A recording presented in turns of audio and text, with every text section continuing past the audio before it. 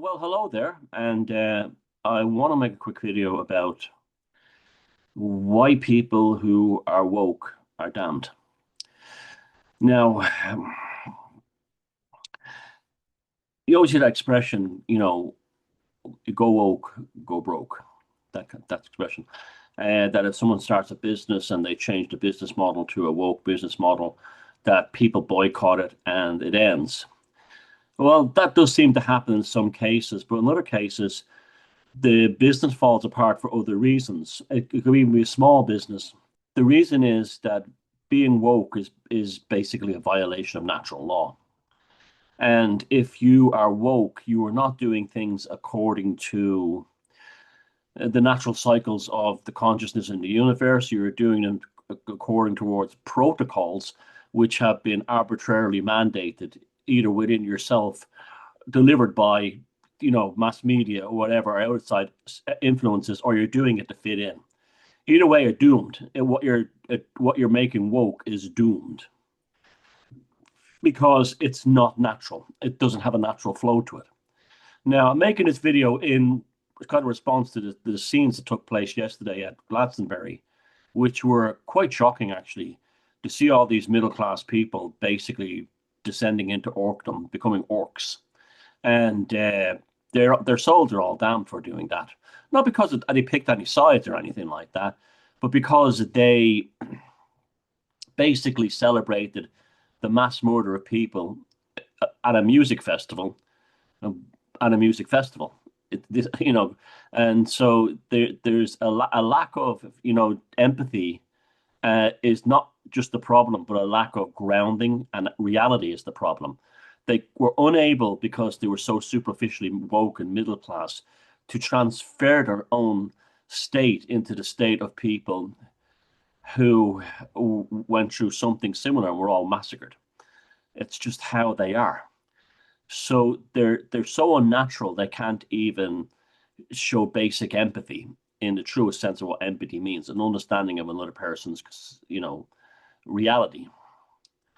Now, so if you open a woke business, you're doomed to fail, not just because of the products will be boycotted by people who are not woke, but because you're following a business model that's not based on you generating income, affluence, affluere. You're following a business model based on, as I said, arbitrary protocols handed down from the globalists. So let's go and think in terms of people and mass emigration. Now, one of the reasons I'm not particularly bothered too much by the concept of Ireland being wiped out by immigration, and Britain and other countries, is because this is a temporary situation that the woke have foisted upon us.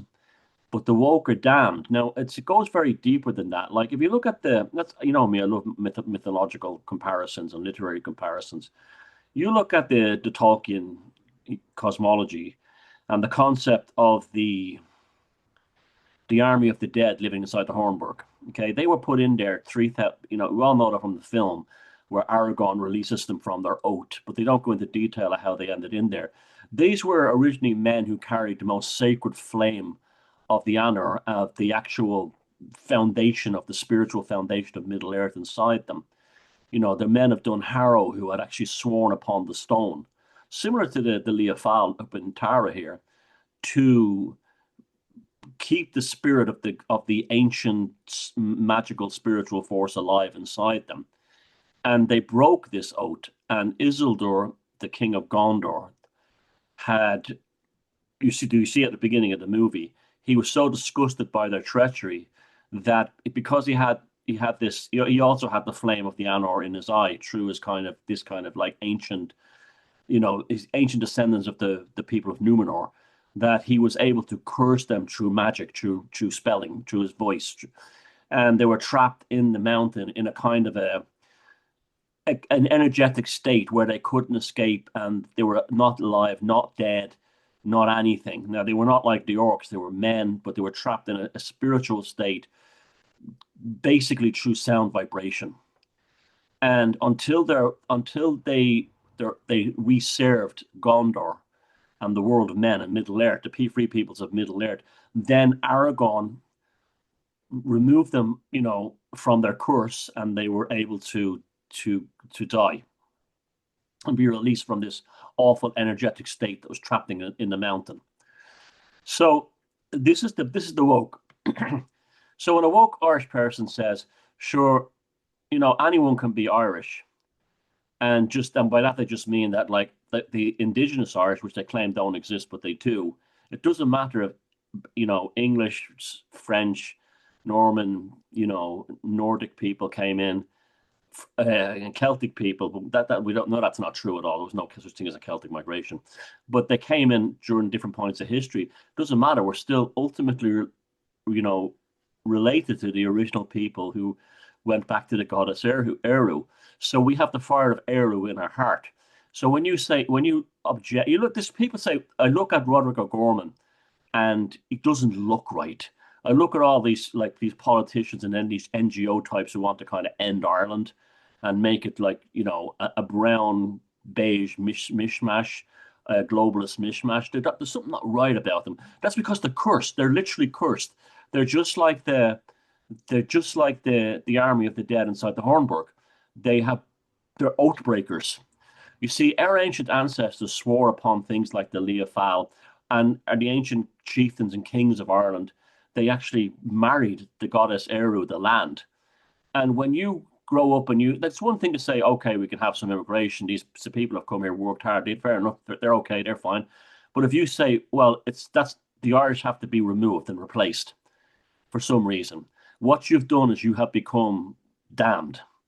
You've broken that oath. And this is not just in Ireland. This is everywhere. Like, for instance, I saw a very interesting thing on Andrew Gold's Heretic channel, where he showed a town in England, actually in Cornwall, Kerno, and Tangential, which is very strongly connected to the Arthurian legends and the whole things of the Grail romances and the foundation of kind of like Englandness. And the hotel owner and everyone in the town rejected to turn this beautiful hotel into a refugee center. And it's not an accident that town did that, because those people live with the most ancient of the sort of like of Englishness and that sort of like Brittonic fire inside them. It still hasn't happened in Ireland. It'll take something like they'll want to, and believe that they're so damned. They want to move the orcs into. They'll eventually try to do something like build a place on top of the hill of Tara, a refugee camp or something, and that might be the final thing that does it. But this is why they're damned, because they have broke. If you were one of these, anyone could be Irish. I believe that everyone should be Irish, and well, we don't really have a culture in Ireland, and there are no real Irish people anyway, because we had all these migrations from even though they're all Northern European migrations. What they're really saying is that I reject the oath that my ancestors made to this land, and from that moment they're doomed. They're actually doomed. Now you say to yourself, well, how are they doomed? A lot of these woke types are all the ones who are still getting boosters and stuff like that for the ping pong and the Rona. And so, you look at those ones at Glastonbury yesterday, most of them all probably won't live to be 40. If the current, turbo cancers and myocarditis and strokes and all the other things continue at that rate. So they are like the army of the dead. They are a menace inside the mountain of, Western culture. But until they fulfill their oath, which they won't, most of them will never do that. They're doomed because they're not fighting. And just like in The Lord of the Rings, they fulfilled their oath to Aragorn, the king of Gondor, by attacking the orcs. Now, it doesn't take a genius to figure out what when we apply the metaphor of the orcs to what we're dealing with today, And so they will never turn on, these doctors and engineers, the orcs, Dogus Rat, the orcs. And so therefore they will never break. They'll always be oath breakers. They've destroyed a sacred covenant with our ancestors, to use a Hebrew term, which I'm not crazy about, but there you go. Those people know what it means. But so, have faith, Europeans, indigenous Europeans, who still love your country and your culture and still love Europe. You're not the European Union. I mean, Europe as a state. You've got the energies and the gods and the ancient forces of the world upon your back, helping you. They have you. They're holding you. They're holding behind you. The ones your adversaries, the army of the dead, the woke, they're in such violation of natural law. They don't have a chance. So I just wanted to put a quick video out there of that. This is. I mean, I know I waffle on a lot about mythology and literature and stuff, and apply it to these things that people might say, well, they're real life bread and butter issues. But this stuff is more real than most things. You have to remember, that this is no one is, you look at the 1916 uprising, they were all poets and mystics and artists. And these were, Patrick Pearse, the rest of them spoke and thought in very poetic and magical language. And they were successful in the long run because they realized that the forces of the nature of the Irish energy force was always going to be at their back, no matter what.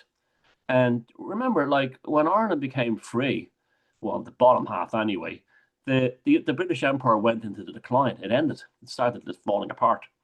And so, just like the Sauron's, I'm not saying British people are like that. I'm talking about the empire. I mean, in this case, today it's now the globalists, but it will fall apart, and the globalists will fall apart in the same way. So have heart. Don't I'm going to just use the same expression again. Just wait, and natural order will sort things out. And that's why I waffle on about mythology and everything else.